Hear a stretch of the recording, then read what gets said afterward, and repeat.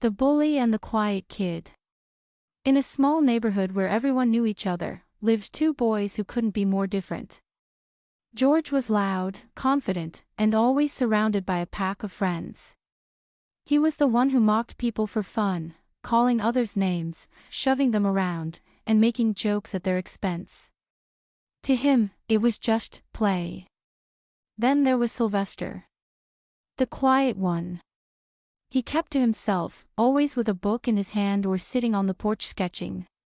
He rarely talked, and when he did, it was soft, almost as if he didn't want to disturb the air around him. Because of this, George made him an easy target. He would knock Sylvester's books to the ground, laugh at his drawings, and tell everyone, "Don't mind that mute artist." But Sylvester never fought back. He just picked up his things quietly and walked away.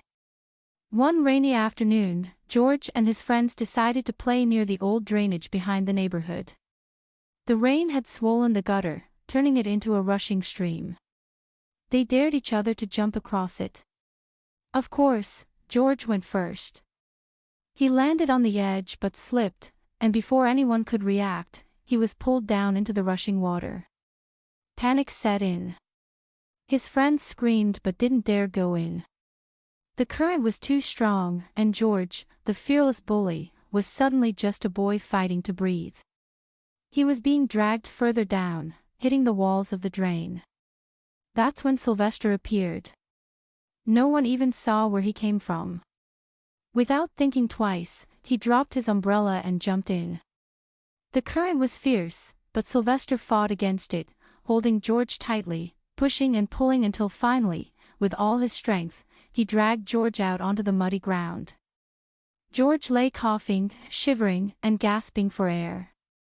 The friends who once cheered for his boldness were too shocked to move. But Sylvester, wet and trembling, knelt beside him, patting his back, whispering, "You're safe now."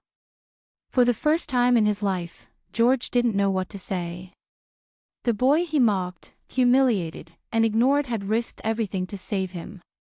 Tears mixed with the rain on his face.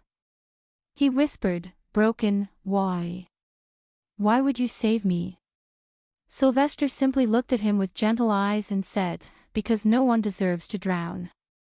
From that day, George changed. He wasn't perfect, but he tried. He stopped mocking people, stopped picking on Sylvester, and whenever anyone asked why, he would just shake his head and say, "You don't know what it's like to be saved by the same person you tried to destroy." And in that quiet neighborhood, people began to notice something new.